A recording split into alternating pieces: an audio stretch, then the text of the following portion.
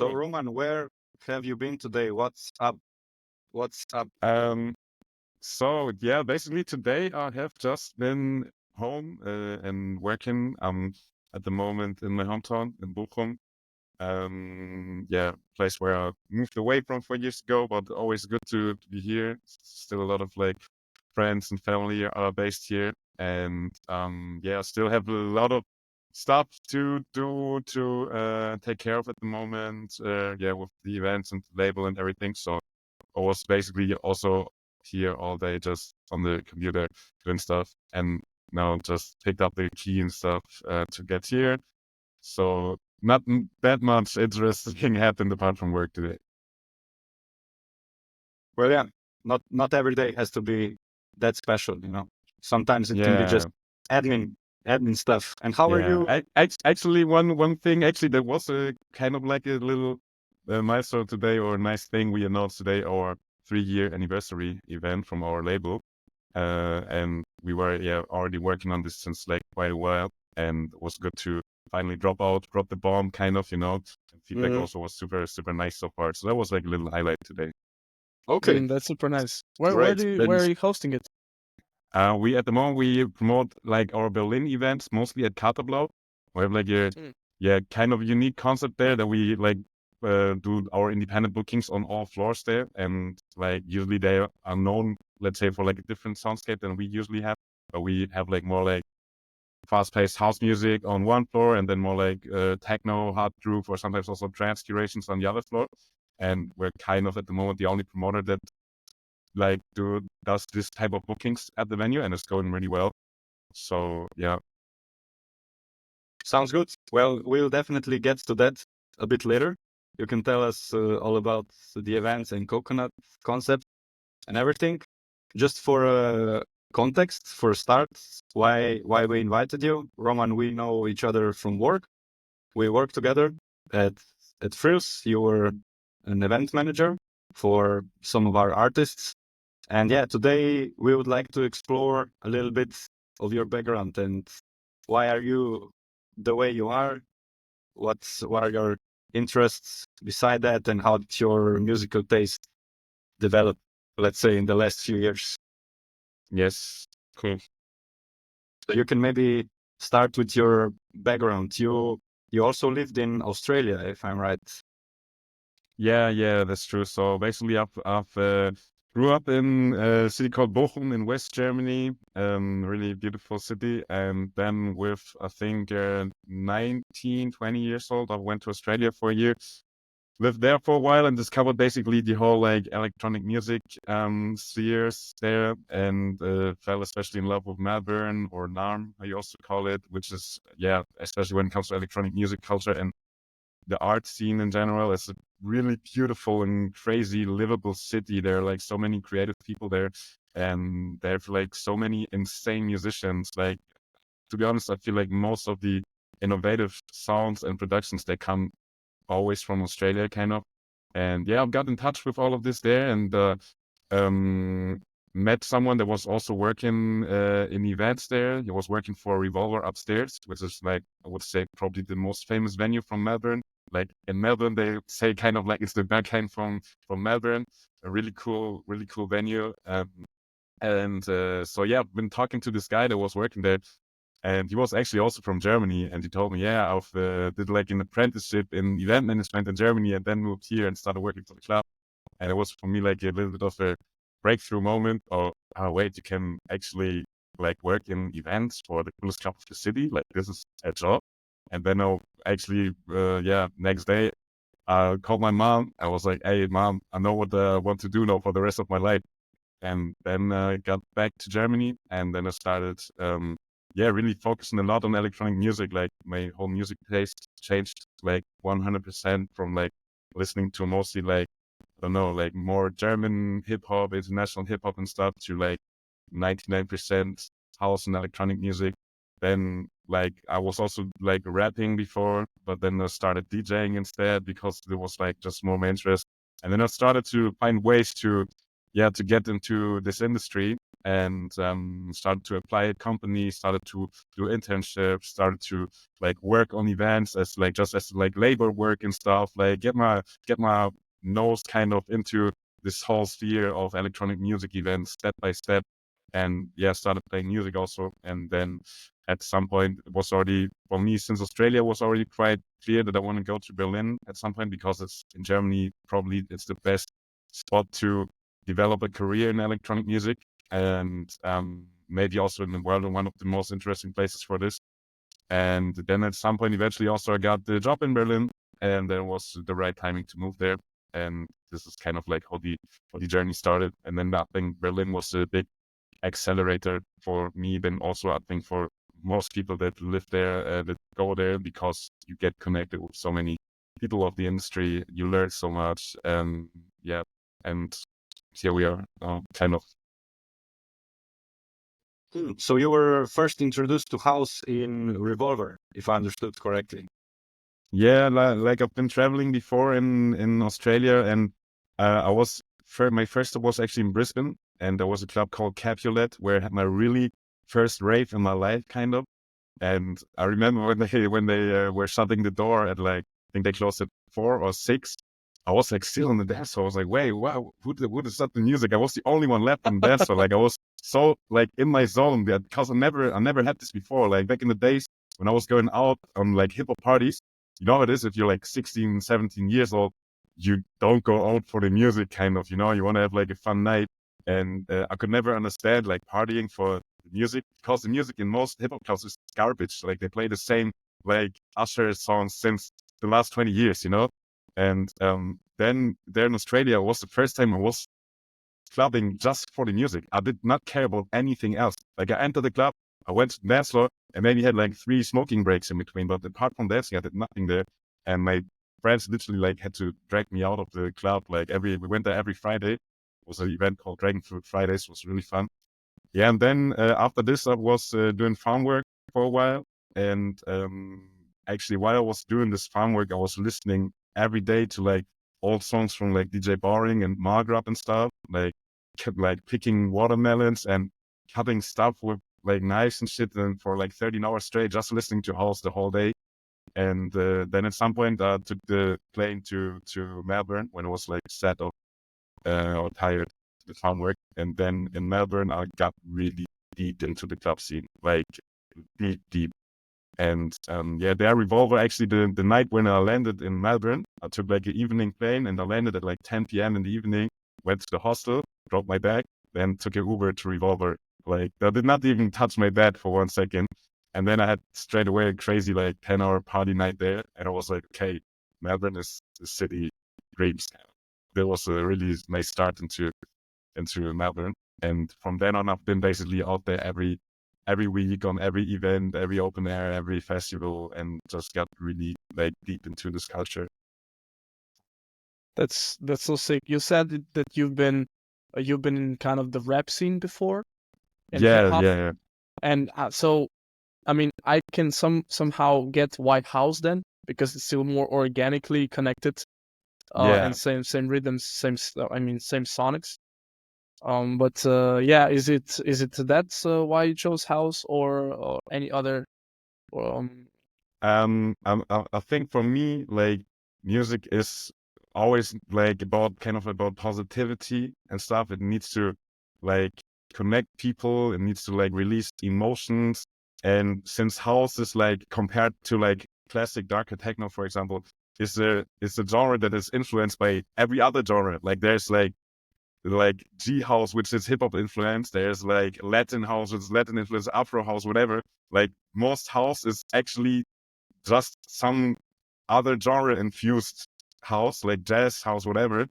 And that's why house is also like so emotional and so colorful and so like, I mean, most of the time you rather see like the people smiling, chatting and talking on the house dance floors than on the techno dance floors. There's more like some kind of like meditation going on, which is also cool. But for me, I prefer to be like bubbly, to be like in this like, I don't know, like Hollywood vibe, and everybody's having a good time. And that's why was the way house was catching my interest way more. Also, like a lot of the first parties that I've attended in Australia were open airs, and I was used to dance in like 30 degrees sun, you know, like in an open air, you have already a quite clear sound structure. Like if you're, in my opinion, if you're like even if you're a techno DJ, you don't play hard bunker techno at the beach at 30 degrees in sun. It doesn't make sense. It just doesn't fit the environment. And that's why I was used to hear like, sun-soaked music all the time. And I think this was also then, influencing me a lot. And do you remember like your first moment when you were, I don't know, clubbing outside and you said like, whoa, what the fuck is this? I need to dig deeper. Yeah, like I think one place that really released this in me was the Breakfast Club in Melbourne. It's a very, actually I think it's quite famous venue there. It's a open air rooftop venue and they do parties every Monday. And the concept is like kind of like fuck the system. Everybody says Monday is the worst day of the week. We make it to the most fun day of the week. And then they started doing Monday day parties at 9 a.m. in the morning. And there's like, they like nowadays they have such a big crowd. If you come like 9:30, you need to take a number and you need to wait at least 6 hours until you can enter because they only let one in when somebody goes out. So at straight away 9 a.m. is a massive queue. And I've been there like every Monday. And the first Monday I've been there, and I was a little bit late, so I had also to drag a number, and then I was waiting downstairs in the lounge for like 4 hours, and was like, "What the fuck am I waiting here for?" It's like, and there's like literally this numbers chart with like these red numbers, like all digital numbers, and it's like, okay, 101, 102, and you're waiting there, and you have nothing to do, and then at some point, like our number 145 or whatever got called, and you enter these like stairs. And straight away you arrive in like a kind of like a mini festival on a little rooftop. It's like just 100 people, super tiny, and everybody's in love with each other. They have like costumes on. They're like, people are like really tripping, you know, they're really wild there. And it was an energy that I've never seen before. And then there's like the sun shining inside. There's like some like this rain fog type of stuff that they do sometimes in warm open airs to keep you a bit like wet, you know, to make it a bit more to refresh you. And then there's like people walking around with like watermelon pieces and stuff. And I was like, okay, life can be actually very good, you know? And yeah, this was the first moment where I was like, okay, these open air things, insane. Holy shit. I mean, it's crazy because in the cities where we lived, I mean, I still live in Ljubljana, you know, and there it's also from here. We cannot imagine anything apart from, you know, Friday and Saturday. And then we went to Berlin for the first time, and it was like from Wednesday until Monday in the morning, you know, and sometimes even crazy. And when you say like in the city, how many people does Sydney have? Do you maybe know? You mean Melbourne or Oh, Sydney? sorry, Melbourne. Yeah, Melbourne. Melbourne. I actually also I don't know, but I would say, because I'm quite a lot of outer districts also, probably like 1.5 million. I would be my guess now. But It's 5 million. It's 1 year 5 ago. million. Okay. Yeah, 1 year ago. Okay, So that's more than Berlin. Almost Holy shit. 20%. Yeah. But So the fun thing is there's actually only one really important street in Melbourne for like nightlife. It's called Chapel Street. And it's like, if you are in this street, you have, the world is yours. Like, and when compared to Berlin, for example, you have everything like there, and there. But yeah, I feel like it did not feel like 5 million. I mean, there's a lot of like other districts with also stuff going on, but it did not feel like 5 million. Yeah. Yeah, and when you're in a city with 5 million people, and probably not super conservative city, you know, as Budapest, I might say, you can get some stuff on a Monday partying in 9 a.m., you know, and it would be fucking great to join something. That's so what fucking people awesome were experience. taking holidays for that, or how did it work? So actually, it was funny because it was a really favorite venue by foreigners, especially. And most of the regulars that were there, like there was always 100 people, but 50 of them were always the same. Like, you know, if you've been there twice, you know 50 faces every single time. But this is what made it like a family also. And most of these people, I would say like, let's say like 90% of them were actually foreigners, travelers like myself that got just stuck in Melbourne and that like fell in love with the city, that they became like part of the local culture there. And then at some point you have to travel on, or your visa is expiring. I mean, I met also people that where the visa expired and they did not give a fuck. They just stayed still. But that's why this like regular core of breakfast club was kind of always like period wise, and then sometimes changing a bit. And often when I talk to people that live in Melbourne, like that grew up there, that had to work on Monday because it's just their normal life, many of them told me they've never been there, or they've been there only once or so, or they're always like hoping on like a bank holiday, or sometimes they take a day off. But on a bank holiday, you can't forget it. Like the queue on a bank holiday is like going like this around the block twice, kind of. And that's why I think it was a really big, profited a lot from the travelers and foreigners. Like for normal person, if you don't have a 4-day week, or or just I don't know if you're like self-employed or whatever, then it's possible. But other ways, it's tough to get there. And yeah, many people are missing out. So that was one similarity. The long queues were there. Let's say when you went to Germany, what was, let's say, a shock? What was different from Australian culture? It was, I would say, it was like much rougher and colder. Like, I mean, also, like, I think the first venues that I've attended in Berlin were Watergate, Sisyphos, Ritterbutzke, and that I've been in front of Carter for like, I think all of this in like one night. And I was like, it was also cool, but it kind of was for me, it was not as cool as in Melbourne. Like, I mean, I was also really like, Melbourne was really in love with it. So it was hard to, and then I had also nostalgia.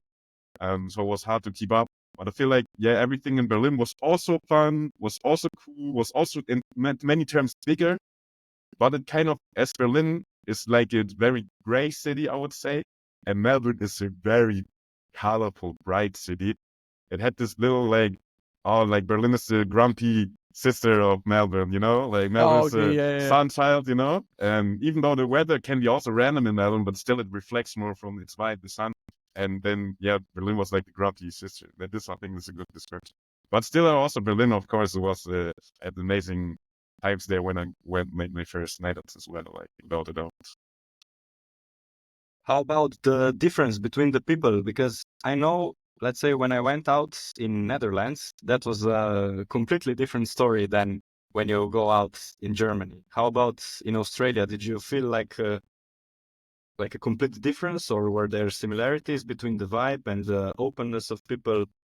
Yeah, I think in this term actually there were definitely similarities. Because I think both Berlin and Melbourne nightlife are very open. I mean, if you're like in Melbourne was crazy, like like, for example, the club that I was mentioning, the breakfast club, there was many days where I went by myself because you get there and after 5 minutes you're like cool with everyone, and like even the stuff and everything. Like it was really familiar, and there was in many clubs like this. But I also had the same experience in Berlin. Also, I think especially if you go to places like, places that are like maybe easy to where you can easily connect with people from like your Sisyphos or like also Heide, or even also sometimes I also like to go even in a Panorama bar, where it's also can be easy to get in like a chat with people. And I think this is in both cities quite strong. Like, if you have a passion for nightlife or for clubbing, you are not necessarily depending that you always need a large group, because otherwise, like, everybody's just in this group. Like, it's very open. You can chat to everyone, and people are also open to to meet new friends. And I've met many of the friends from Australia that I'm still like sometimes in touch with, or when they come to Berlin, like we meet and stuff. I've met most of them through the nightlife culture. So yeah. But I think this can be also definitely possible in Berlin. Yeah, it's different vibes, and there can be also similarities. How about, did you play music already in Melbourne, or when did you start No. DJing? I was in Melbourne. I was always just looking at the decks and was like, what the fuck are they doing with these 10,000 knobs? Like, this must be like a rocket science thing. And then in Germany, I had the point. Actually, when I was in Melbourne, I was still convinced to like start a career as a rapper. Like, and I was like really my like honest goal and dream. And then also when I got back to Germany, I actually started like filming the first music videos and stuff. I made like a game plan that I wanted to release like 5 singles and blah blah blah. But then I've noticed like more and more that my interest got kind of like it faded away, and I was just hearing house music all day long. And then at some point, I was like, yeah, just Googling, okay, DJ controller, how much does it cost? And then I was looking, okay, say your local store. No, you need to order it, wait 3 days. Okay, fuck, let's wait. Then I ordered it, waited my 3 days. And then, yeah, I remember it arrived at the door. I just got up and like still in boxer shorts, kind of, at my mom's place back then. And I opened up the package, plugged everything in on like my old desk, and then I started playing like for 7 hours, just in my boxer shorts. Like, did not even go to brush my teeth or something. It was just playing. It was like, fuck, this shit is fun. And obviously, it was like garbage that I was doing back then, but yeah, it was really fun to jam around. And there was kind of like a instantaneous switch where I went from like then doing rapping to like doing DJing. And then I had actually my first gigs. My first gig was like 3 weeks after the receival from the Stacks on the Halloween party of a old friend. And yeah, then I was kind of like training for 3 weeks. And then all my friends came there. Like I was playing like on I don't know, like a beer desk or something. It was fun. Like the energy was insane. Many mistakes, but still a very energetic set. And from this moment on, I was like, okay, let's try to push these things. And I was like playing almost weekly on house parties and stuff. And yeah, then but like professionally, it started in Berlin. Before it was more like a hobby fun thing. But yeah, it was fun to like go every other weekend, with your sports like Nike sports bag with your controller inside and your laptop, build it somewhere, and yeah, I'll play music here tonight. I hope it's fine for you. Like also sometimes I did not even ask the people. I just brought my bag, Yeah. So you were like the DJ who had, that there's always a spare USB in someone's pocket. Yeah. Now the thing. And what was the best feeling when you started playing? What was the feeling that kind of inspired you then to even continue and learn even more and meet new people? I think it's like if you're like playing music in front of people and they love it, it's like it releases an incredible feeling inside of you. It's like it's like a drug kind of. It's like a euphoria that you cannot describe. And I had this like on this very first Halloween party where I was playing, like just 3 weeks after I had my decks. I was like surrounded by like 20 friends, and they were like screaming my name and they were dancing and stuff. And there were like some people behind me on the table. I was like, what the fuck is going on? Like, and I had this feeling that I've never felt before. And actually also from this moment, which is a bit sad, I never played at home anymore. Like, because I was so kind of addicted to this feeling to play in front of a crowd that I lost all interest to play at home. That's why actually I've always in my whole life, I just practiced 3 weeks when I got the decks and then never anymore, which is a bit stupid. But yeah, then this feeling just kept me going, and I always wanted to, like, I was always chasing it. Like I wanted to present music to people, and I was loving to make people happy with it. And yeah, then you're like, yeah, grind and you start to connect and stuff. And it was fueling you a lot, the passion and the fun, the euphoria that people get, that you like see that they get, but also that you yourself get. And also since I'm like always been like a music nerd, and I was always the person that like plugged in the aux cord in the car, like from early like kindergarten level on kind of. And I always have the urge to show people good music, So this is of course then a hobby where you can fulfill this. And since I dig a lot of music, I also have often the urge again to show the new stuff to people again. Yeah. Let's say from the moment when you saw first time the DJ turning, let's say, how many knobs and playing with the decks, what was some things that you thought were true about playing music, but then were actually not true when you actually started playing? What was some shift in your mind? Was there anything like that?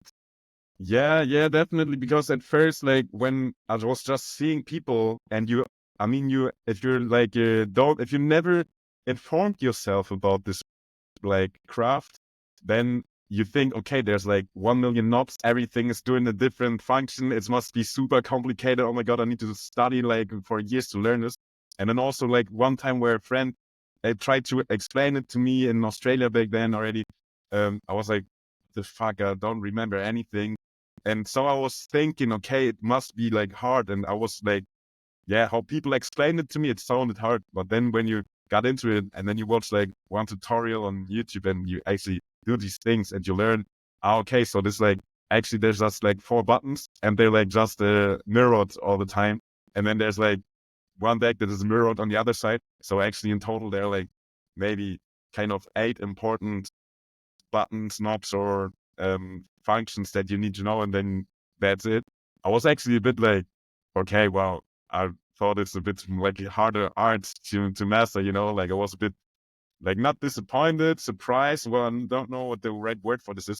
I thought like, okay, actually, I kind of lost a bit the crazy technical respect that I had for all DJs before, because I realized it's not that crazy to do this, you know?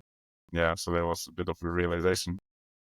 And how do you DJ now, let's say, compared to 1 year ago? Is it more like you focus on the technical basics and work more on the flow of the set and try to do this? Or do you also try to do some little tricks, or how do you focus on that? I mean, I always have like a bit of my, I think every DJ has a little bit of his specialty, like effects or tricks or like habits that he does while playing. For example, it was for me for a long time, was like I was spamming, like after I made the transition, I was like spamming the echo backspin kind of. There was like a little bit my thing and stuff. Like you have this like minor special techniques, but apart from like, yeah, just some tweaks here and there, I was never really focused on like having building the craziest technique or so, because I mean, of course, mixing clean is essential. Like it's necessary to keep the journey going.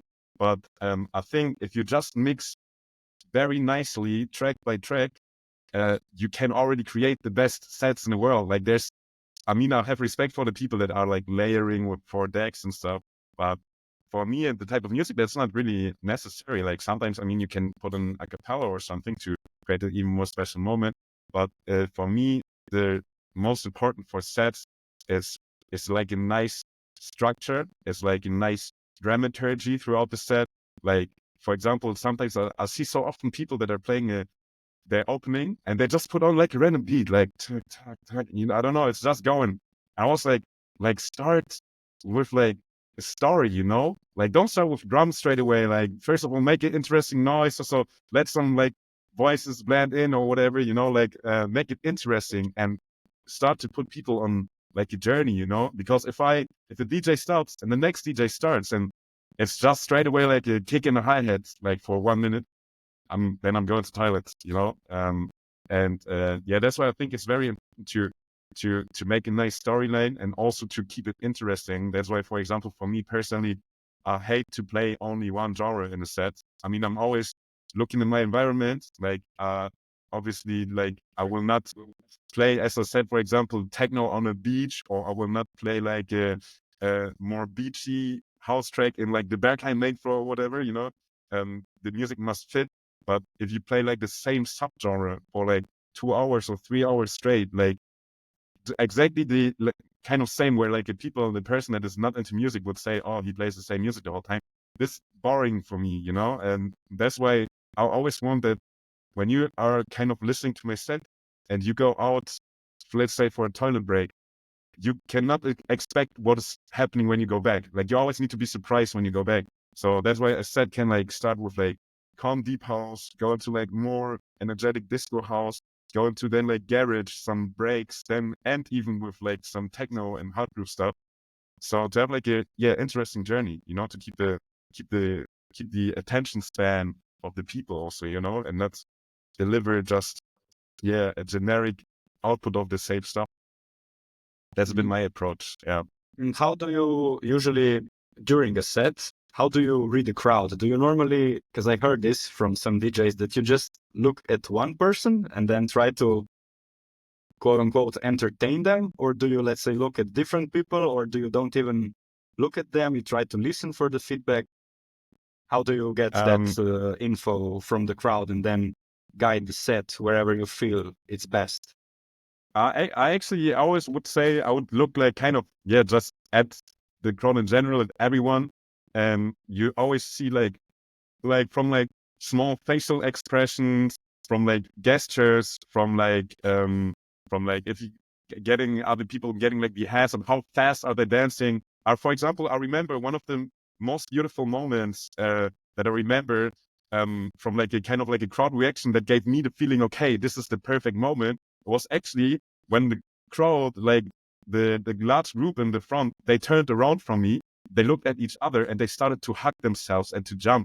And that was for me, this is like, if I read this, I know, okay, I'm doing a good job here. Kind of like, this is a good vibe, because in the end, it's about having fun. It's about like having fun together, also as a community.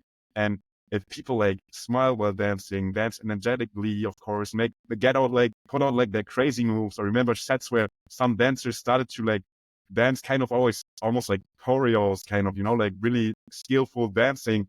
And you don't do this if you don't like the set, kind of, like if you, and I think there's so many ways to kind of track, like, this guy is smiling, this guy has the hands up, this guy is like dancing crazy, this guy is hugging his friend. And that's the way to read that is going. And also, of course, the other way around, if you see everybody's like sad and people are just like two-stepping and maybe other people are just talking and smoking and stuff, then okay, kind of feels like not the right vibe at the moment, and you need to put some oil in the fire, or however you say. Yeah. So sometimes it can also be good, if you can lock with one person and then just try to move them, and then this person with their energy is going to energize everybody around them. I noticed Yeah, that that's definitely with possible myself. also.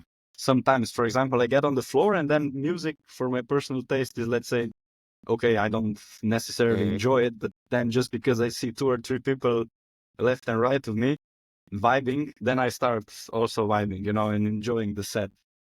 100%. I had so many examples of this. For example, there was back in the days in Revolver upstairs, every Sunday morning, which is like the best time there, because there's like a resident called Books that is playing every Sunday morning, and he's a legend.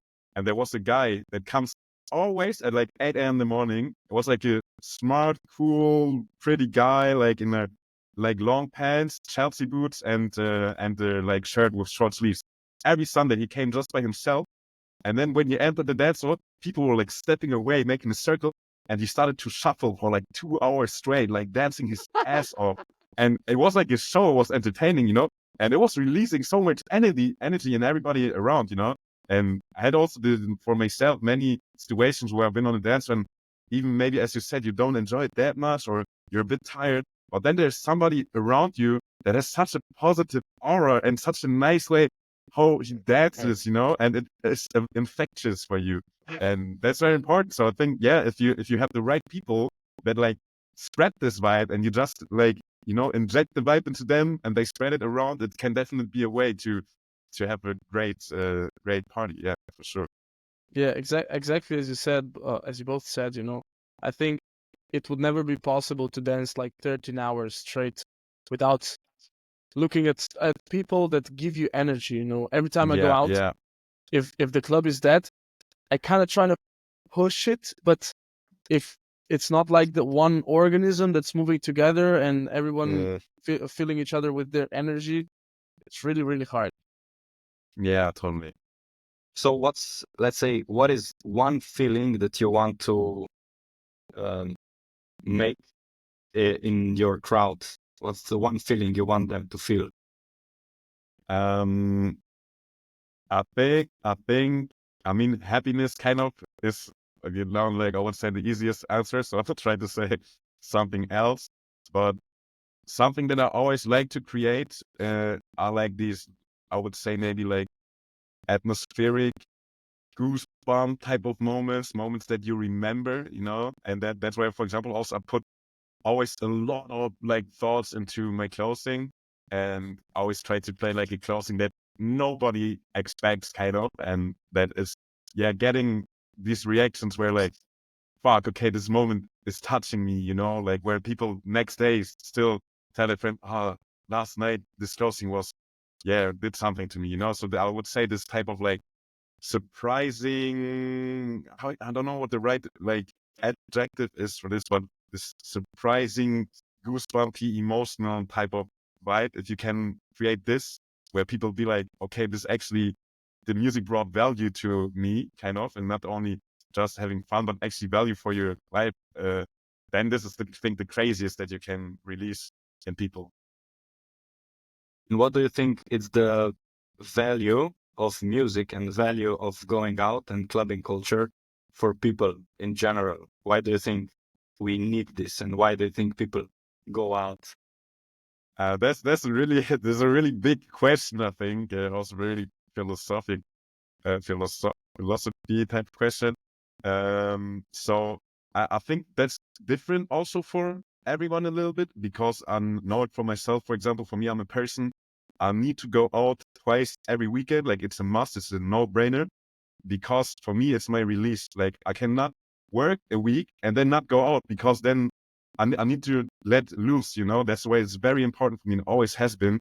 But then I know other people, for them, it's more like a fun thing, you know. You was like, you celebrate you, I don't know, birthday once in a year, or was you meet your, you do just a fun activity once in a while with your friends, you know. So but it's not like a necessary for your life type of activity.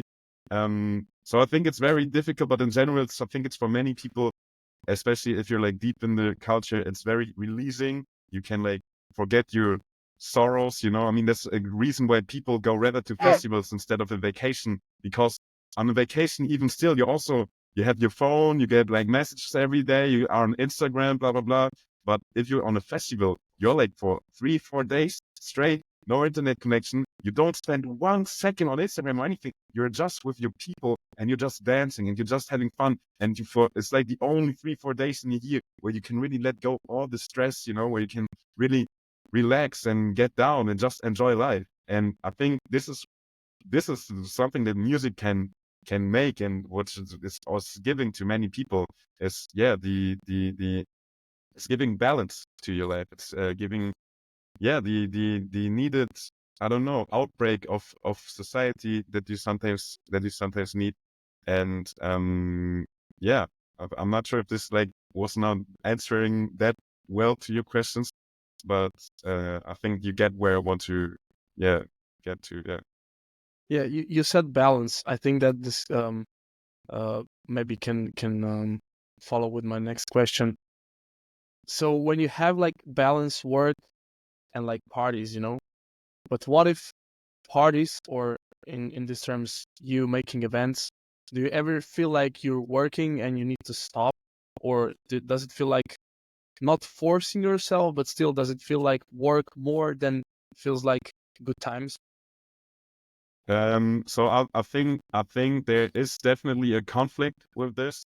Um, but it's not like, I would say like the work, I enjoy the work because I'm working in a field that I'm connected to by my heart. But what is more difficult is the actual then just partying and stuff for like fun and for this release thing, because you never kind of stop working. And especially if you're in our industry, everybody knows it's all about the connections, you know. It's all about meeting people, you know, getting yourself out there, like making friendships, and support each other, grow together. You cannot build a career in any field in music without support from others, and it's about pushing yourself and connecting, and pushing each other and connecting.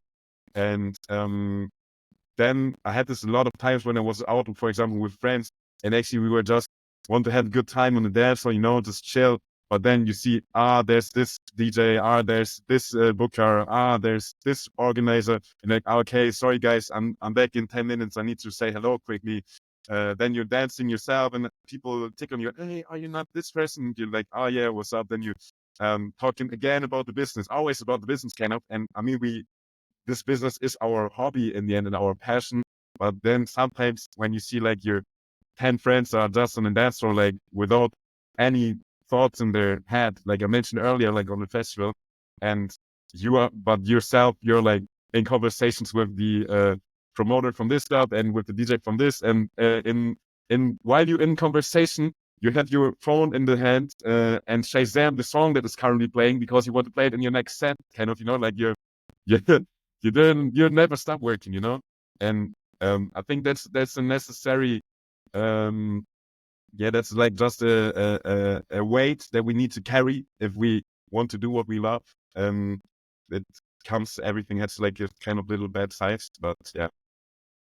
Yeah, it's it's super cool that you mentioned it. Like always talking about business when it's actually a party environment, And I remember one time we were sitting, David, I don't know if you remember, we were sitting in Zorica. It's a bar, above our club. I mean, our club, the club we do parties in, K4, in Ljubljana. And of course, we're friends. It was 10 of us, but we were always talking about something that was sticking to event business, Yeah, but we yeah. never realized it.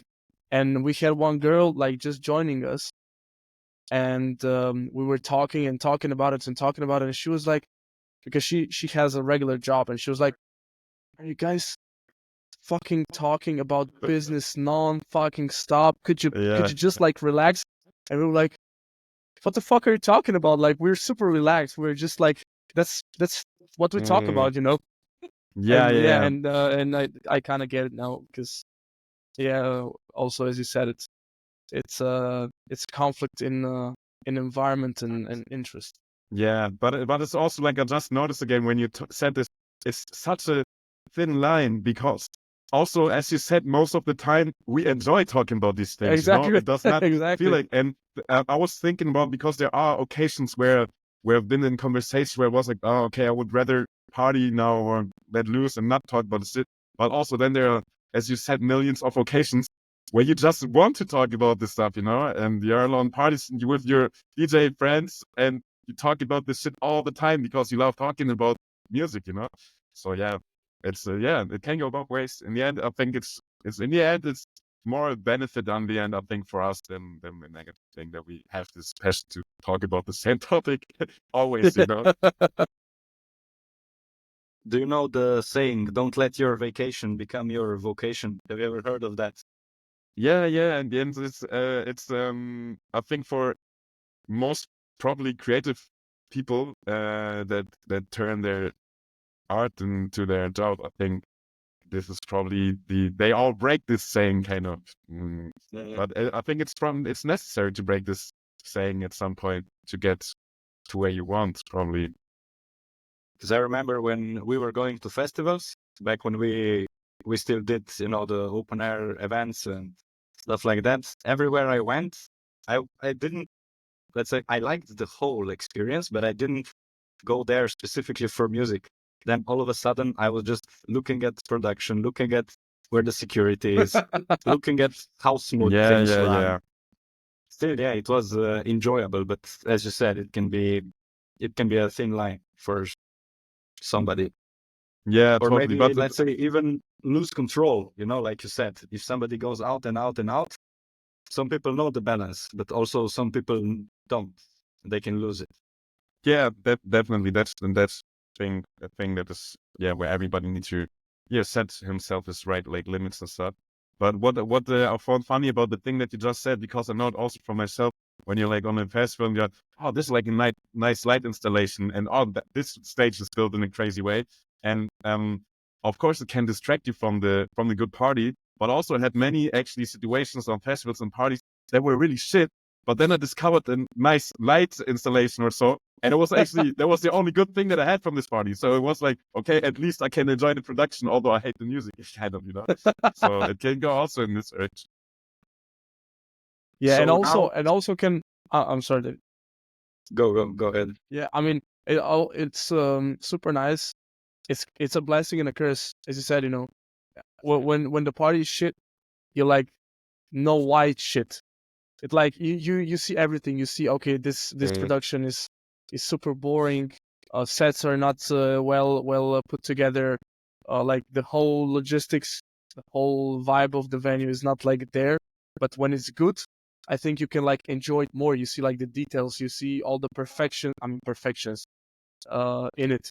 So Yeah, yeah, yeah, it's a blessing and a curse. 100%, 100%.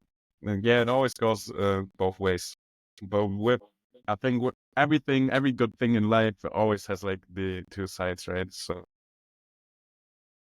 So how would you describe your perfect festival or perfect clubbing experience? And then you can connect it to how you try to curate coconut concepts. Also quite heavy question. I think definitely one thing that if we're talking about festival experiences, I'm not a fan from like these huge, gigantic stages and stuff. You know, when I see sometimes like also now again at like ADE or so, when like all the like big, more like EDM style DJs are playing like in front of 40,000 people, ocean of humans there. I would be like, this would be the worst nightmare for me. Like I could not have, even though if the music is sick, I could not have fun there. Like I prefer like more like bit more, you know, tinily or like Intimate. intimate spaces, you know, where like it's a better vibe on the floor. Also, you don't get like lost. Also, if you like, I don't know, you get to go to the toilet and you don't need to find like your people because they have like a big thing hanging out of the crowd. Like you can, I don't know. Like for me, for example, I would say like something like Berghain main floor is the biggest floor that I can still appreciate. Like above this is always, I mean, especially for clubs, I would prefer to keep it smaller.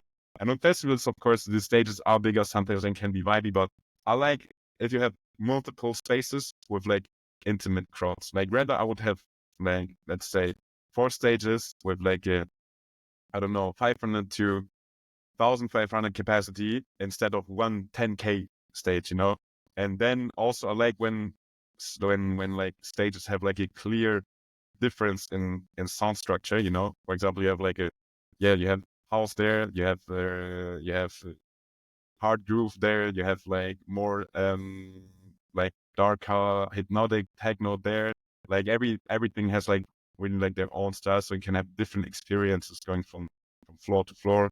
And what is also, I think, extremely important is the chill out spaces, because if you many people like if they throw a party like sometimes at like really like blank venues where not much is going on, they forget if you go out, you don't dance 8 hours on an 8 hour party. You dance 4 maybe, or even 5. But most of the like half of the time you're actually chilling and talking with your friends. And if you're doing this, you need also a nice surrounding for this. So that's why I like really venues and festivals that have like where you can lose yourself a bit in the environment. You know, you can explore maybe a bit here and there. You can walk like around there. You can sometimes just make the, even if you don't go to that, so you just made the spot change to sit maybe 3 meters further down the road and the stairs up, because there's another like little room where you can hang out, you know. I think it's important to also have, in terms of just chilling and talking, vibing with your friends, you need to have a lot of spaces in venues for this. So yeah, ideal festival to get back to this question. Good chill out spaces and interesting different positions and nicely curated lineups with different aspects, not focusing only on the same genre everywhere. Maybe this would be the right time to ask you. Have you heard about Boutique Festival? Yeah, I've heard about it. I've heard actually a lot about it from David also, who introduced me into it first. And just by the way it looks and by the names that are playing there, looks insane. Like it's sick music and sick location. Like when I see this like green lake there going down with like this like small stone sand beach, or whatever you want to call it, it looks amazing. Yeah, you should definitely come.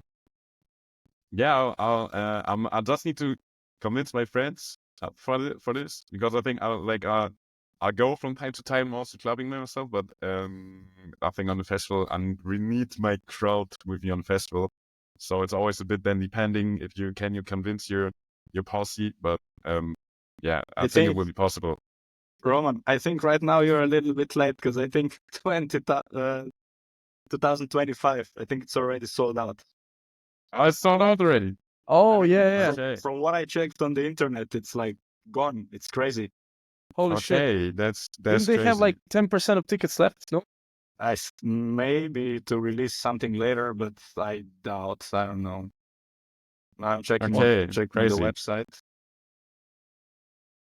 And we're not getting any commission from this. I promise. Yeah, I got We don't have to. It's sold out anyways. Yeah, to be honest, I'm also not at all sad if I can't go to a festival because in general, I'm every year anyways on at least 4 to 5 festivals, like maybe 1, 2 privately and then others for like playing also. And like most of the time, if you're like went for the 3rd time in a row on a festival, you're like, again camping, again the long ways, again your whole mouth is full of dust. So it's also like I survive also with one festival less. So which one was your favorite from this summer? From this summer, I think it was. Let me have a look if I forget something. But I think it was Melt actually. I had a really good experience on Melt Festival, and I was always, that it was the last Melt Festival. Have you guys ever been there? No, but I heard wasn't the one of the days this year was cancelled or something. I mean, the whole festival just announced that it will be the last edition and will not continue anymore. Okay. And it was a quite traditional festival. And I was like, I had a lot of friends that were going there like every year, but I never went because I always thought like, okay, Melt is like kind of the sister festival from Smash. It's like this from the same organizers, which is like more commercial hip hop festival. And I always looked at the lineups and man, I was like, they're crispy. Like Melt, for me personally, I think one of the best curated festivals in the world. And like, and can say this for at least the past 3 years when I like really always looked at the lineup and was like, fucking hell, this is insane. Like because they are specialists in really booking like the nice artists from like every substyle, you can really experience individual crazy music there. And yeah, but I never went because I thought, okay, it's like this, you need to pay for the shower, like you have like securities at the front that look into your bag. I don't know. I was often going to Fusion and stuff. I was like, I don't want this commercial experience. But then I went, and it was amazing. Like, first of all, it was not super crowded, maybe also because they not sold enough tickets, but still, like, on every stage, you could easily find your friends. You could always get into the front. The music curation was insane. Like, there was Ketama playing here, then there was Kiki playing there, then was Yob Yobs playing there, and then there was DJ Hashman playing there, then was Pretty Girl playing there. Like, everything 5 meters from each other. You had really, like, small travel distances from the stages. And when you want to go to the toilet, you wait 2 minutes, then it's done. You want to have a beer? There's no queue. You get your beer straight away. And I think I had the most comfortable festival experience ever. Like no waiting time and only insane music wherever I go, no long distances. So I was like, fucking hell, why did I not go here every year? And now it's over, unfortunately. Well, new festivals will probably pop up. Have you been to Phil, maybe? No, but next year actually will be. We have the stage there next year. And that will be my first time at Feel. To be honest, I heard mixed things about it. Some people that like love it and go there every year. Other people that say it's like very bogan kind of and not so fun. Also about music, I've heard mixed things. I've seen also the timetable from last year, which kind of you could see that the proper acts were playing like on Sunday or Thursday and stuff, where you get like the cheap fees, and then on like the important days it was like more like locals, which can be fine. But yeah, I had mixed things. But I'm actually super excited to check it out myself, make myself a picture, because for me, how they present themselves and also the artists that they had played there, the collectives that they've been working with and stuff is amazing. And just if I don't hear any feedback, just by the vibe it gives me from like they're looking at what they do, it looks for me like a really sick, beautiful festival. Have you guys been? Yeah, I've been this year, and from my perspective, it was good. I mean, I don't have any like comments on how could it be, but until you organize something yourself, it's like really easy to be smart. And, this should be like that, this should be like that. Yeah. So let's say the only thing I saw that could maybe really get an improvement is the entrance logistics, because I know on the first day people were standing there for hours and hours and hours. But Yeah, that's then nice. again, I don't know. I mean, probably they could maybe put up more spaces or something like that. But we arrived, I think, 30 or 40 minutes before it's officially opened. And we already waited for, I think, more than an hour and a half or something. And then once we Okay, were that's tough. unpacking the camp and setting everything up, people were still waiting. But apart from that, I mean, water was accessible, toilets were cleaned regularly, prices were pretty normal. So yeah, it's also a very, very beautiful scenery, on a very, very large beach of the lake, where's the main stage. And then during the night, they point the lasers to the lake. So basically, when you are on Okay, the sick. beach looking at the stage, it's actually a dark background with lasers, and then it looks like it's going to the universe or something Okay, like that's that. sick. So it's That's sick. it's cool visual effects. Nice. So And I very liked cool. it. And I think like if you say like most of the stuff there was actually very solid, and then you had these difficulties at the entrance position, as you just said, like it's so hard to be perfect on a festival. It's actually impossible. It's so you always have construction sites on the festival kind of that are not perfect, because it's just there's so many people involved when there's like so much stuff to take care of, and stuff is slipping through or is sometimes hard to that everything is aligned perfectly. And I think then if it's just minor uncomfortabilities, then it's apologizable. Yeah, if this was the right set, you know what I mean? Yeah. Yeah, of course. Roman, you said that you're hosting your stage on Film Festival next year. Yeah. With the coconut concept. Yeah. Exactly. Yeah. Exactly. Yeah. And how would you say, is it hard or is it like tricky? What are the things that you need to do to host a stage, for example, on Feel or wherever you might be, or whichever festival? I think with like this, it's like quite similar. Also with like getting gigs and stuff. Ask the people, and then write mails to every festival.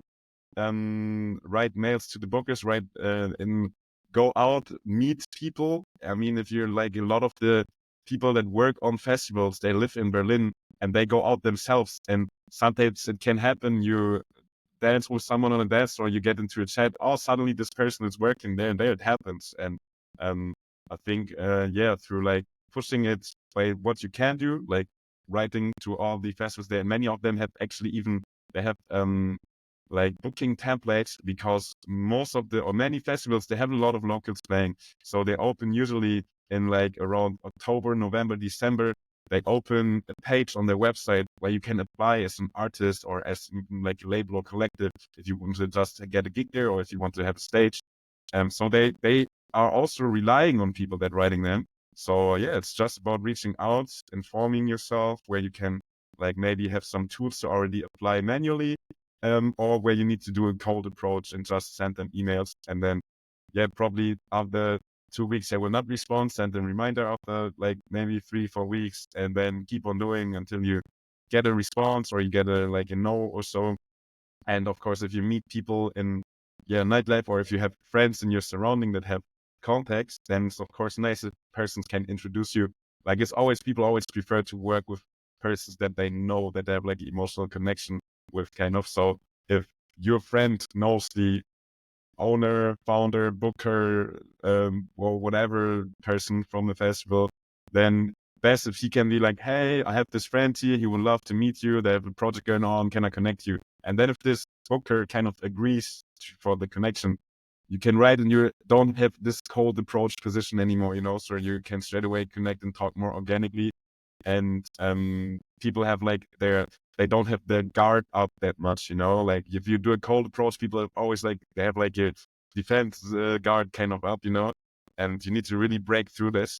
So if you have the possibility to skip this part, that's really good. And yeah, apart from this, really get your messages out there. Like you will not get anything if you write 2 emails in a year.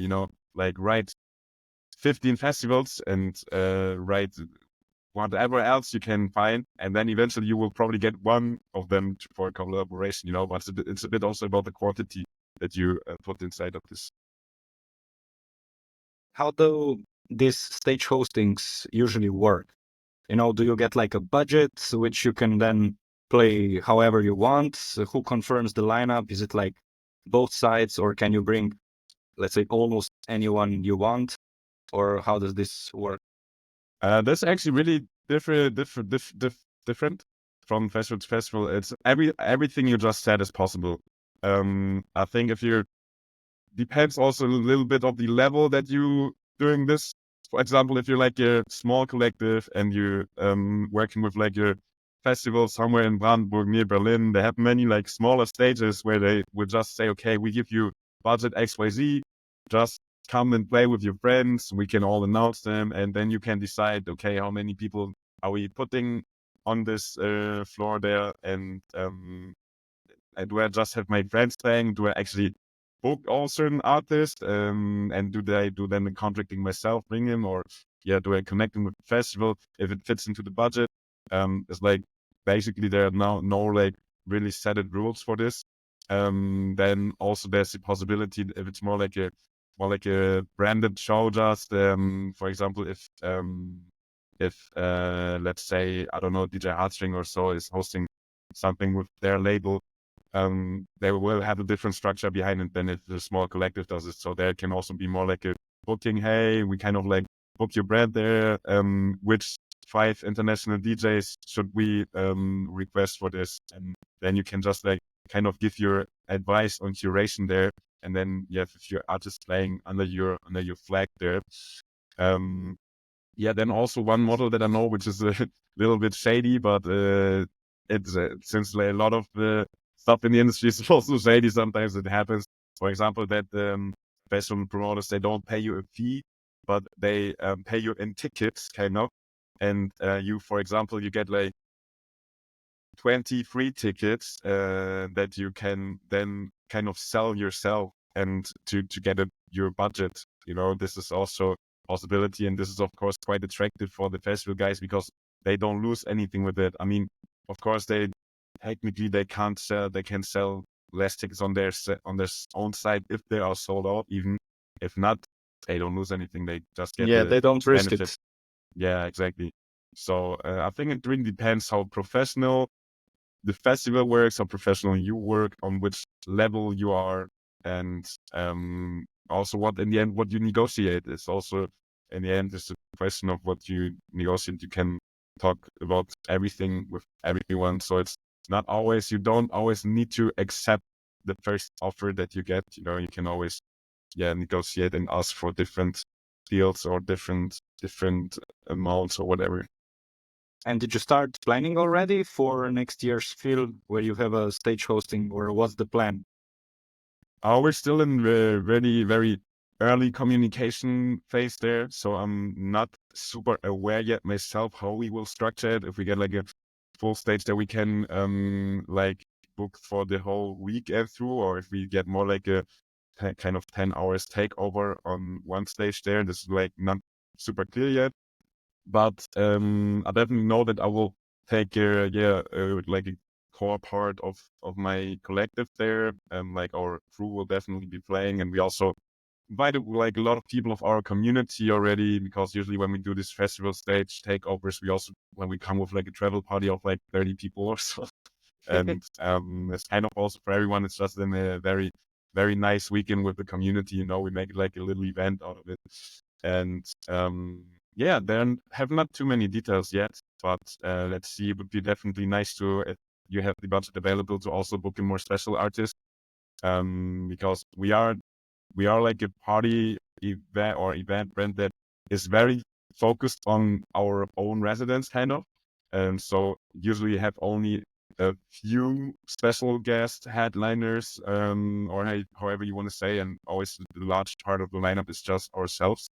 But yeah, it's nice if you can invite like one special guest, that is maybe a bit more like just musically wise, standing wise is just nice artist. It's cool if you can invest. So let's So see tell what us, turns out. tell us a little bit about coconut concepts. Now, like, how did you start? Why did you start? What's the idea? Where did you get the name? Okay, so basically I was as I said already in Australia, I was getting into this event field, or I was realizing that I want to work in events in electronic music.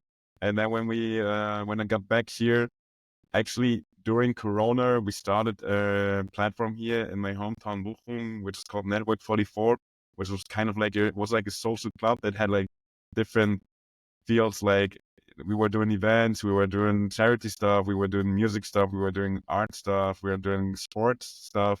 And I was there always like doing like the event side, and it was also like my first learnings on like organizing raves to organizing I don't know, we did like also like bigger live streams, they're like well produced live streams. We did like smaller festivals, we did some club events and stuff. So it was a lot of like learning by doing back then.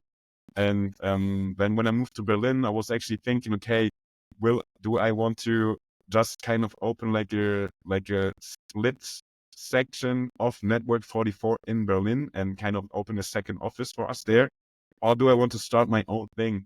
And then since I always like I'm a quite creative person, and I have always like a vision for almost everything, kind of when it comes to from art stuff to music to just ideas. I always have a lot of ideas, and I would I had often the situation if you then work with like a big team, and if not everybody likes your idea, and then that's fine, of course. Then you cannot always get yourself through if you're working in like a big structure like this.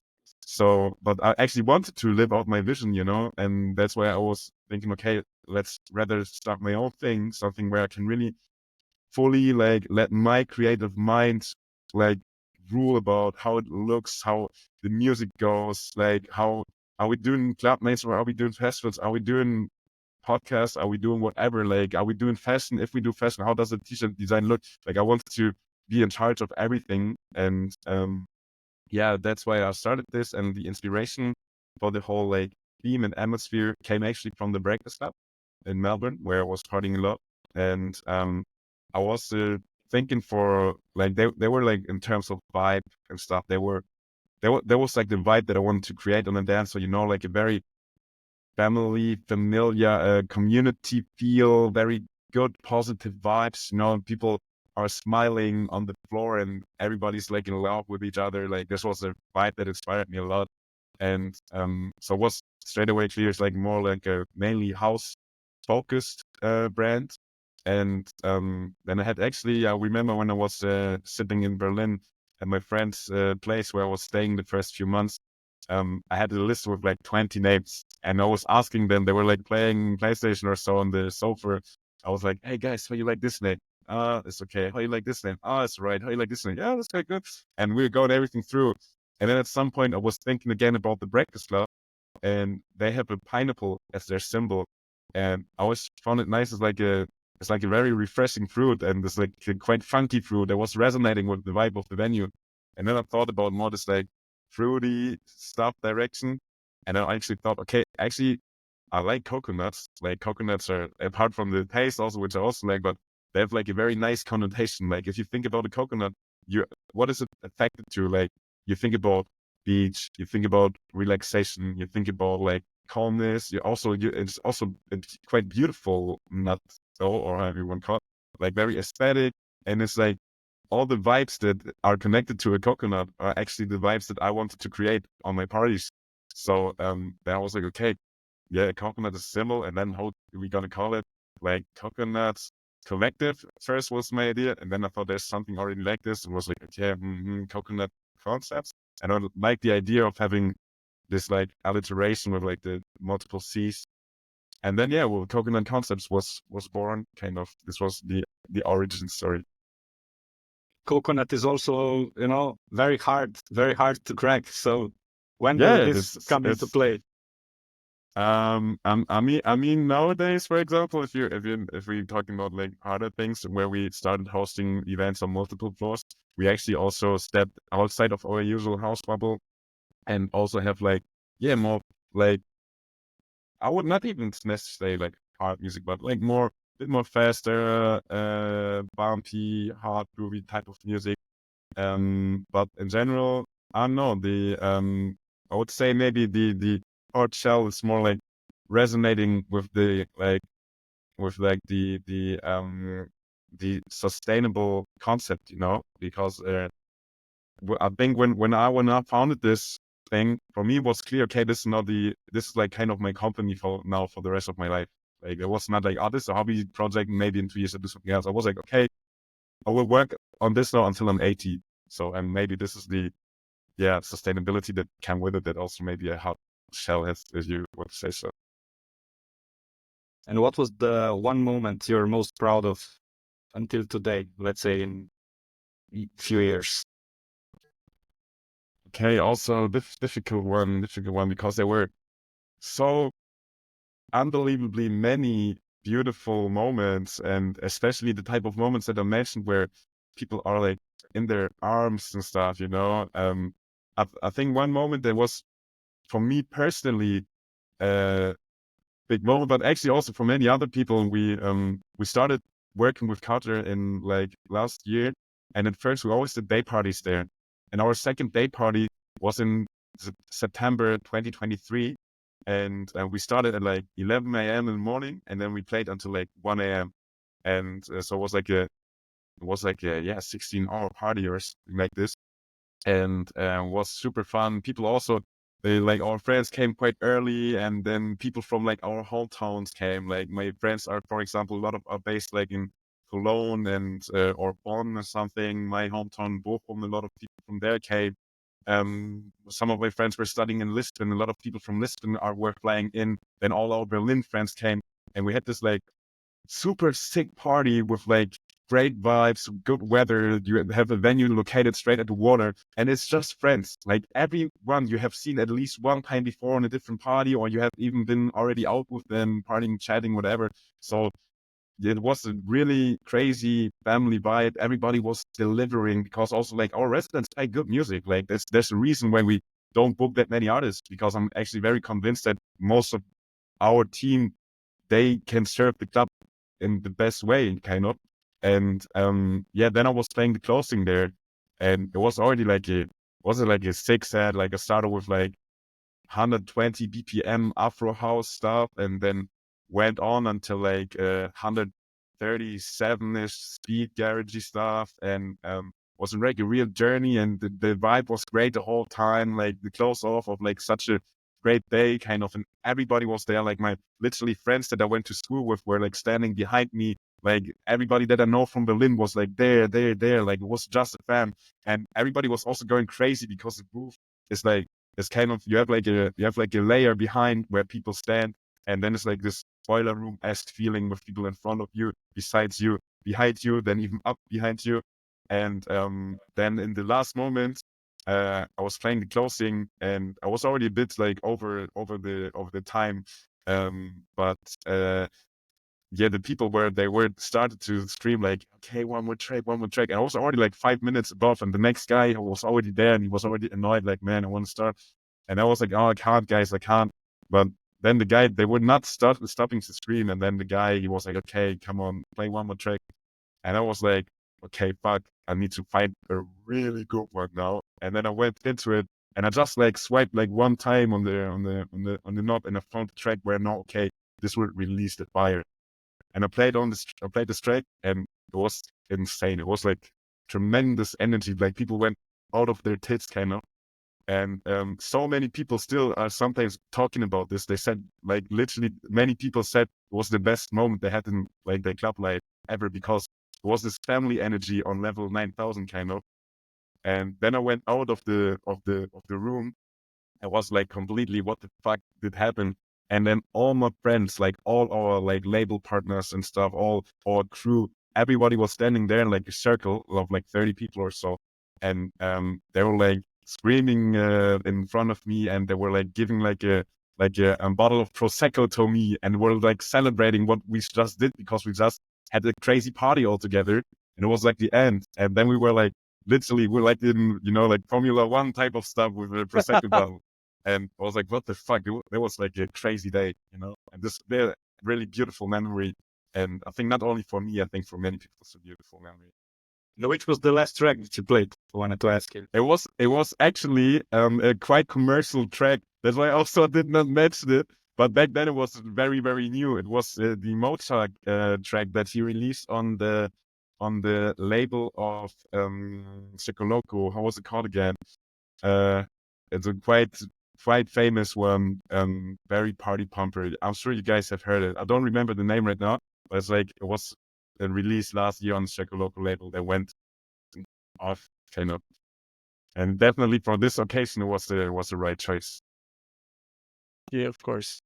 And maybe David, can we go now? Maybe so you started. I mean, you went from Melbourne back to Berlin, and where did you start to work? Because you were working with David for a while now. Where did you work with Frills all the time, or was Frills just something that came along the way a few years ago? So first, when I got back to Germany, I was starting to do like more like supportive event work for Polarwiesen, as you know it. It's like a Yeah, actually quite, Polavision. Yeah. Was Sandra still there? No. it's a long time ago. I think Jossa was my kind of person of contact. And he was the one that wrote the most sort of kind of and the book me. So I'm not too sure anymore. It's many years ago. But yeah, that was like where I had my first experience with like just working behind the scenes, like in like construction of the festivals, helping before working at the bars there and stuff. And I was supporting them on different types of events. Was also actually asking to do apprenticeship there, but they had no spots back then. And then as I said earlier, when we were working on our Network 44 project here, I was doing like a lot of like learning by doing things on my own side. And then when I got to Berlin, I was doing an event management apprenticeship. So it was like a 3-year kind of studyship where you go to school but also work and get like a degree in event management. And I was doing this first at like a marketing agency. So I was working more on event marketing. Let's say we have like different types of brands, for example, like radio channels that we work for, or also like tobacco and stuff. And for example, Gizeh was like a big customer of us. And then we were going, for example, on festivals, you have like a brand and you give out samples and stuff like this, or you have like activations for just for brands. And not so much not so much related to music. Also a lot of HR for events, for booking a lot of like stuff.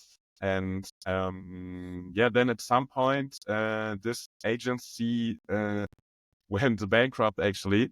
And by then I had quite a decent knowledge about like event management and production basics. But I wanted to get deeper, of course, in the music industry, which is actually very interesting and this closed field, I would say.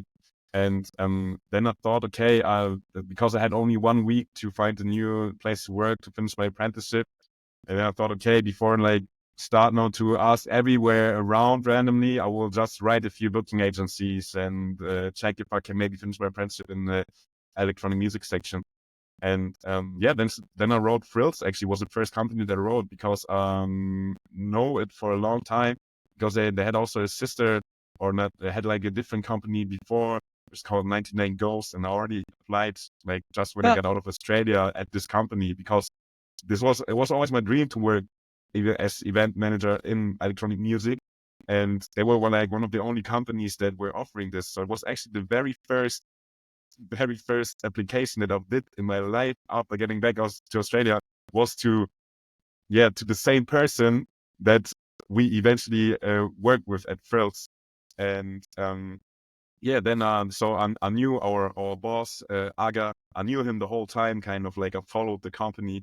I was very aware, and then I wrote them, and yeah, then Aga invited me to a casting there, and was so kind to support me, finish my apprenticeship, and then I was starting working there, so met Ninja and met David and a lot of other many great people, and got really deep into this like whole cosm of like music, artist development, label stuff, bookings, talent buying. Like there's a lot to learn, and I think Frills is definitely a place where you have the opportunity to learn like many things. Like for me, the past 2 years, Frills, it felt like a master studyship, like at university about music business. Like I would be a different person in like terms of like knowledge and visions and how I approach things without this company. So, and I think for many people it gave a lot of value. Like because if you never worked in music, how should you know what is right, kind of, Yeah.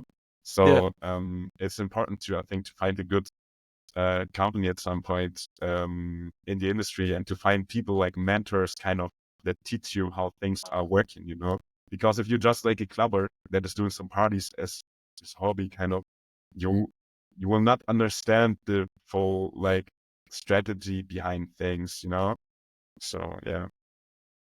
You Yeah, it's mentioned first you started with marketing. So what would you say were some of the lessons that you learned and then brought to Frills that you can then use and upgrade those skills? I think, and for marketing, of course, now is in the end nowadays, it's of course all about like social media and stuff, and like getting yourself out there. So it's definitely about having a strong branding, and that's why, for example, I can, like, if you're an artist, you're a brand. In the end, you're like a kind of like a product. And one thing that I noticed straight away, like, I think, which I maybe would have been different if I would have not worked in the agency, like when we work with artists, for many people treat them like kind of like friends and stuff, which I also did, which is important when you have a good connection. But in like first way, it's our clients, kind of. It's a normal business where like we are the marketing agency for the artists, so they're our clients, and you need to treat them like professionally and respectful. And your job is how you grow the client bigger. How does the client makes more sales with his craft or his product? So it's about thinking effectively and strategically, and doing decisions, not always just for the sake of fun, or also not always for the sake of money or so. You really need to work out the plan where you want to get the brand, where you want to have the product, from which angles should the product be seen, like where you want to place it. Should it be, it's a bit hard to talk about arts not like this, but just to get, so you get my point.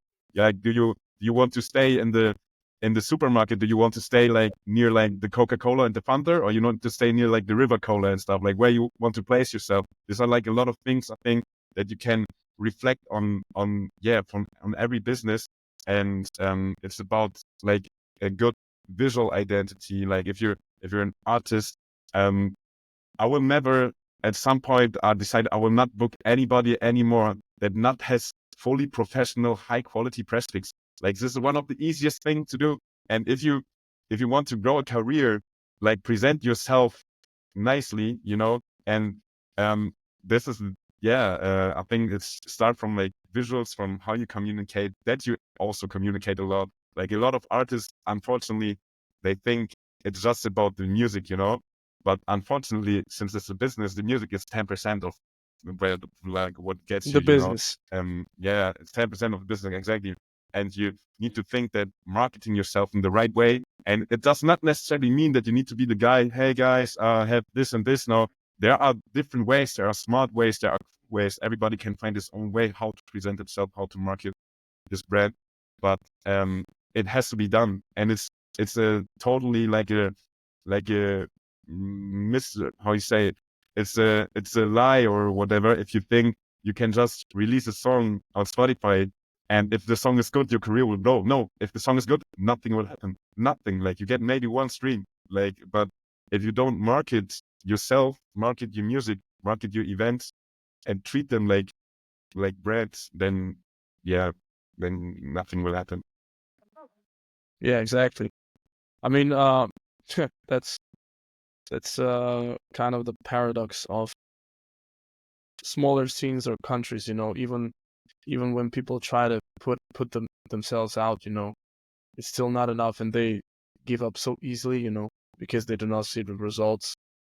And there's a lot of artists that are introverts, which are, everything is cringe. I'm not gonna post this. I'm not gonna post that because it's cringe. I'm just looking for a big label to release on. And then what? You're Even gonna do this what? it will not get you somewhere. Like the labels, Exactly. what do? They do one post on Instagram. They don't even invest if you're not released on Defected or so. They don't invest 1 cent in your music. You have to do it yourself. And but as you said, like most artists that I know, I mean, I'm kind of unfortunate, but I can understand, of course, as well. I'm also like, I hate selling yourself, it would be cool if I can announce an event and then I don't have to do anything and have a pool party. But no, I have to post this shit ticket link every 3 days. And after the third story, I'm like, I don't want to post the fucking ticket link again. It's so commercial, like you sometimes have to do things that you don't like, especially like the artists that are like more introverted and they just want to like get in their studio cave and do their music. But if they want nowadays, if you want to get it heard, like people are, in the end, people today, they are not really only fans from like music anymore. They are fans of you. And that's why artists like Kiki, Job Jobs, and Marlon Hofstad, why they grow so big. Like DJs nowadays are rock stars. And like they can play whatever they want in front of 40,000 people and people love it because of course they like the music, but they love you. So, and this is why you need to present yourself. You need to, like, people don't engage with your music, they engage with you. And if you kind of like, if you manage to build this following, this like cult following of people that are actually fans of yourself, this is how you can grow a big career. And this is how you then sell tickets and stuff. And then if you on top release regularly sick music, perfect. But I mean, there's a reason why, for example, artists such as like Stella Bossi, that are like, they're coming from a comedy background, but they sell more tickets than any local DJ in Berlin, even though the local plays at Panorama Bar and whatever, because people don't go to her show because of the music, or maybe also, but also because of her. And if you build like just a fan audience that is into you, then you also get the kind of trust, like, for example, a lot of artists, they're changing their style over time, let's look, for example, like Klangkünstler. He started with melodic house, then went into tech house, then went into techno, now it's into trance and hard techno. Still, his audience is growing all the time. If you would think normally, okay, like every time he switches the genre, he must have lost his entire audience, but no, they love him, and that's why they follow, And I think you can't go wrong if you have like a strong audience that is like loving you and trusting you. And it also gives you a lot of creative freedom then, I think. Because people, they come to your set, and even if you play maybe something that they don't expect or that they have not heard before, they will give it this chance because they like you, and they like what you do in general. Yeah, authenticity is like the new currency, because nobody can be you, only you can be you. And by that, you can grow. And I want to go just a little bit back when we touched on marketing. We were like really broad. Can you maybe share some concrete examples of, let's say, good marketing and bad marketing in terms of getting your message across? Not just like marketing in a way of spamming yourself and, like more concrete examples. How would you, let's say, an event has a bad marketing? How would you describe that?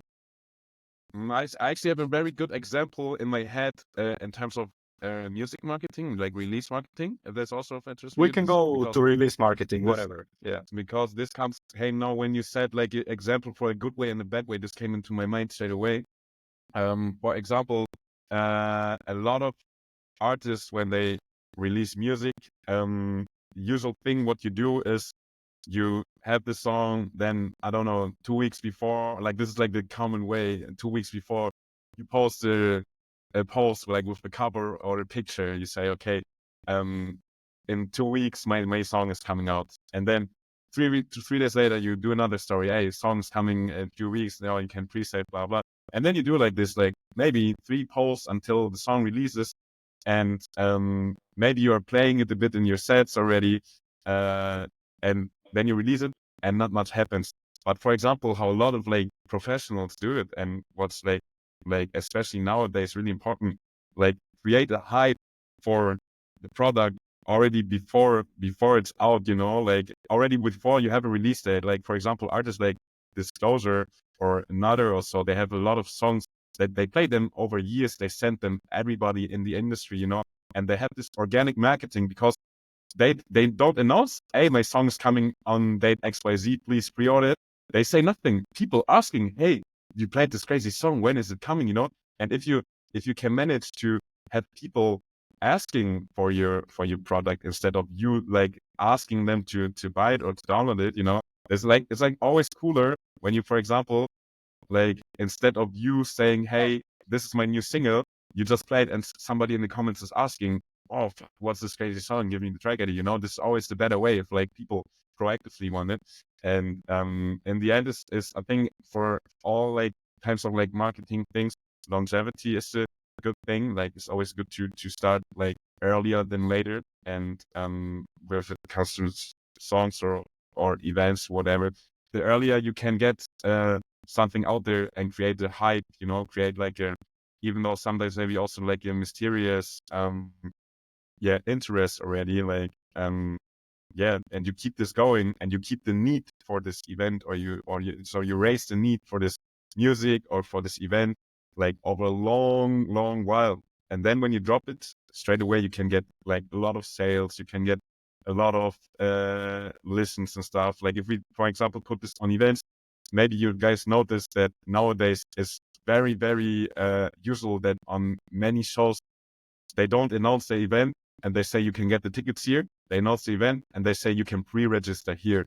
Like they announce it, they create the hype, but they don't give you the product yet. You can pre-register now. Like keep it easy and pre-register, and they build hype more and more and more. And then by the time they announce the show, like for example, this happened to like big artists such as like Marlon Hausted, for example, they have already more pre-registers than they even have tickets left. And then they can drop the tickets and it's sold out in a minute, and this you don't get this if you don't build up hype up front. So I think this is one advice to give. Try to always like keep a hype already like in advance, keep a hype before the product is even available, and try to build it as intense and as high as possible. And then if you like cut the light, everybody will break in and go crazy, So yeah. And how do Yeah, you it's try good to that. do it with Oh, coconut? Sorry, Yuri. Go yeah, ahead. go ahead. How do you build hype with coconut? I think I mean we're in the scale that we are like working at, still like growing our audience and stuff. It's not that like the whole city is like kind of waiting for us to drop our things or so. But for example, one thing that is always quite important for me, I know quite a few event promoters. They have their dates for the entire year, and they do many of their bookings for the entire year, and they announce everything like already, like so you can see, for example, I don't know, I often see like events like BCCO or so, I can see like their entire lineups throughout the year already, which is of course a way to do it, But for example, for us, like even if we have like all our dates scheduled in the year and we drop some dates, for me, I always want to have kind of like a surprise effect with like lineups and stuff. because especially since I've said earlier, since we usually are known for having our resident crew, is always very surprising which like special acts we have, and this can range from like cool like panorama bar regulars to like more like techno or transy artists. And I think very very hard to how you say anticipate who we book, and that's why also I always want to keep it as like until the last minute before we like reveal it, like just with the official announcement, and then have this like wow effect, so people are like, who will they have next time then, so yeah, this one thing maybe I could say. I remember you said before, that you need to like create the whole vibe around the product you're making, and the whole like that people want it. And maybe that's also a thing because when I was like looking at how to promote certain songs or whatever, I was not going into the techno scene because the techno scene, I mean, what I'm familiar with, the techno scene is usually like super underground. They would, if they could, they would only send a message like it's parties happening there and come as Yeah, you wish, yeah, that would be the dream. And but if you go to hip hop, where the like the pool of people is much bigger and there's much more to compete, I see artists that are promoting their album 1 year in front of their release, fucking everywhere, going to shows, getting some publicity in magazines and stuff, and also 1 year after the fucking release. And no shit, they have like more traction on it. Of course, yeah, the tracks are good, but they're not that good to have that much traction when it comes out. But everyone wants to hear it since they have been talking about it for so long. Yeah. So and it's usually, I mean, when people when you say that to people, like yeah, you have to be present. Yeah, but it's cringe. I don't have nothing to post. What should I post? That's cringe. That's I mean, what's worse, like post like 5 posts more than you think you should, or like look at your bank account and see like zeros. I mean, yeah, totally. And I think actually this is a like it's a bit of a problem or an issue why a lot of like electronic music is so like has so fewer streams than like hip hop music. Actually, one thing that I noticed, you can treat like how you market electronic music and how you market an electronic artist, and how you market a like, let's say like a pop or a hip hop artist. In my opinion, you can actually mirror the steps completely onto an electronic for artist, sure. and it will be very effective. But just most electronic artists, they want to. I mean, for some types, it can also make sense to stay, of course, like more underground and stuff. But many of them, they're like, oh no, this is a rapper thing. And what's what to say? I think you can still like do it in some type of way, as you said. It's not always the way that you like just walk like super proud around it and this is my word, but you can like find ways. You can always guaranteed find ways to push it in your way. 100%. This is actually a topic that I'm talking with so many friends of mine, because of course so many people have this problem, especially when it comes to content, and you're like ashamed of doing this and this. But there are so many, like, one thing that I can always recommend is do like some competitor research, go into the market. If you're like a producer and you're like, oh fuck, like I don't know what to do, what content to do, like I cannot do what the rappers do, then go look up the Instagram of like 20 like producers that are maybe more in the background working, and look how they promote themselves. If you're like a techno DJ and like, okay, this is like too colorful, I don't want to do this, then look into like 10 dark techno DJs, look how they promote themselves. I can always like copy ideas in terms of like marketing strategies, and I think everybody learns from each other. So you can always, if you don't know how to do it, look 10 people up that know how to do it and find a way. And you will get so many like creative ideas for content. For example, like, I don't know, that there are pages on Instagram, like maybe people like Maslow Unknown or so. He has 50K followers, and he's just posting vinyl cover arts because he's just presenting his music collection. That's it. And this is nothing cringe, and he still racked up 50K followers. So then there are another guy, he's called like Djibouti. He just always films himself like a fisheye cam at his laptop and at his computer and presenting like a new track idea that he made 5 minutes ago. Like posting this every few days. Then there are other people, they are just filming where they like standing in front of a mirror outside and they just have their song playing or so. Like there are thousands of ways, and there are also many ways where you don't even need to show yourself if you don't want to. In the end, it's about find a way that you feel comfortable with, and do it, and then push it. But doing nothing gets you nowhere. But yeah, there are ways. Yeah, exactly. When you said like, Swilly, Yeah, of course. yeah, like his I mean, stories. it's also a good example that you Exactly. When I watch his stories, when I like watch stories from people, and I like go, okay, next story, and then I see some French guy talking to a small empty cup of coffee, like just some nonsense, and then I see he's like,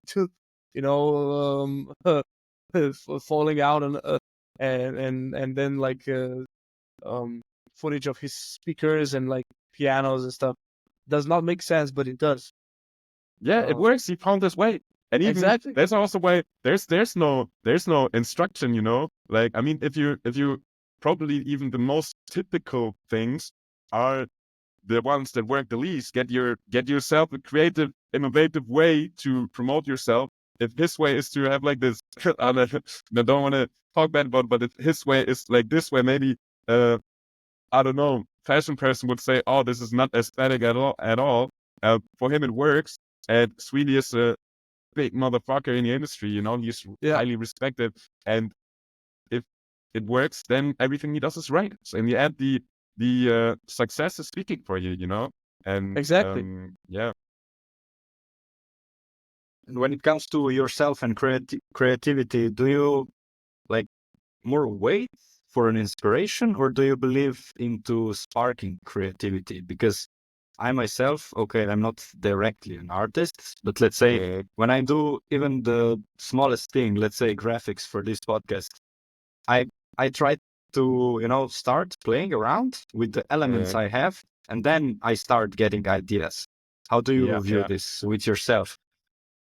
Actually, I'm chasing inspiration subconsciously the whole time because, as I said, for example, I go out twice every weekend, and I'm on Instagram a lot every day. And for example, every cool artwork that I see, every nice idea where I see, oh, this is a cool way to announce you're a singer, or oh, this is a cool way to announce an artist on your party, or oh, this is a cool podcast, whatever. Everything I save on Instagram, like and have some different folders, and I call them like artwork inspo, booking inspo, flyer inspo, release marketing inspo, like just getting it all the time. And it's not that I'm like on my phone, okay, now I want to find some inspiration, but you get them everywhere. Like sometimes I walk somewhere through the street and you see like a nice flyer on the wall, and like you make photo of this, or you check out who has this done. Like, or sometimes I've heard, for example, a friend of mine, she produced a song. I've heard, oh, this is a well mastered song, and if I was like, okay, where have you mastered it? Like just getting like all these things that you see in your life, that you hear in your life, that you experience in your life, just taking your inspiration straight away out of this, And also when it comes to music, like my entire library is based on my experiences of going out. I don't sit down at home and dig music for 10 hours. I go out and get some songs from this set, some songs from this set, some songs from this set. That's why also that can be like everything in one set. And I think this is the best and most, I mean, for me personally, just of course, but for me personally, this is the best and most organic way to get inspiration, to just experience it, in your daily life. Do you think more creative person is happier, or no? Do you think, let's say, artists and creatives, do you think generally they live a more fulfilling life because of creating? or can it have also a backlash effect, of never being good enough, relying too much on external feedback? How do you view this creativity part? I think that can go in both ways for sure. I think in general, I would say I have the feeling that a lot of people that are very creative are a bit like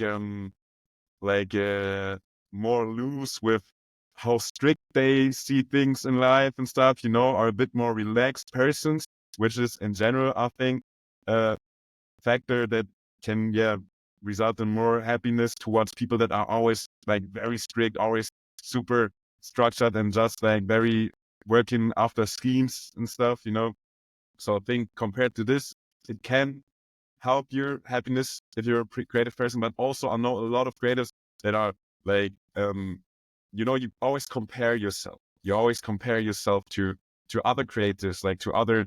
If you're a graphic designer, maybe you see, oh, his artworks are sicker and he gets more likes on it. If you're a musician, oh, his songs are better and he gets more streams on it. If you're a podcaster, oh, this podcast has better guests and they get more listeners, whatever. You can have this in every direction. And I think this comparison can really kill you, and it can cause depression, And that's why I think also there are some creators that maybe live a bit more happier life due to their approach to put more focus on creativity instead of like rules. But then there are also many people that are definitely suffering from the psychological pressure that you get, because I mean, you can always choose, do you want to keep your creative project as a hobby or you want to do it like as your job? But as soon as you start doing it as your job, or if you at least have the ambition to get success with it, then you always start to compare. And then you always find people that are better, that are further, that are bigger, that play better shows. And then you always think about yourself, I want to have it, but I don't have this. Yeah, it's hard. So that's why I think actually there are many creatives that are also suffering a lot. And one just advice that I can give to this, always compare yourself with people that are like in terms of the progression of their career below yourself, because then you realize what you have achieved already. Like there's no point in looking up always. You will get there at some point if you're like, just be consistent. But I always look at people that are like maybe 2-3 steps below, people that are maybe, playing stuff or working with people that you worked with a few years ago. And you can see, oh, actually, I made some progression already. I did not do it for nothing, You sometimes you don't realize this journey that you're on is consistently going up. But since you're like so busy running, you don't look behind. Sometimes it's important to look back and see what you've achieved already. Yeah, sometimes definitely good to also stop a little bit and reflect. That's a very good point Yeah. that you said. Yeah.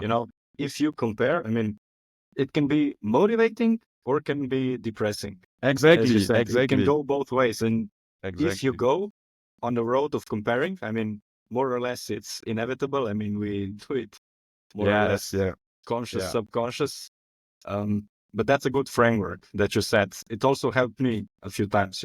We always look in front of yourself and forward and above. But it's also good to sometimes look back a little bit Yeah. and down, but not in a 100%. bad way of like now feeling better about yourself because you're in front of somebody, but just to get like a little bit more realistic picture and also kind of motivate yourself. So Yeah. good 100%. framework, definitely. Yuri, you wanted to say something? No. Okay, then I have one more question. Let's say for next year, for 2025, what's one thing that you really want to learn, and what's one thing that you know already that you have to learn? What's one thing you're lacking right now and you think you can improve? Actually, there's one really concrete thing. It's not a life-changing thing, but still not properly able to play vinyl, and this is something that I definitely want to learn. Although I'm probably gonna keep playing digital, but I think it's a important skill to have at some point. And yeah, sorry, what was the other? It was like kind of two questions. What can you repeat the other I part mean, again? it was basically the same question. It was, what's one thing that you know you have to improve on yourself, and you are Yeah. either working already on it, or it's one thing that you are neglecting.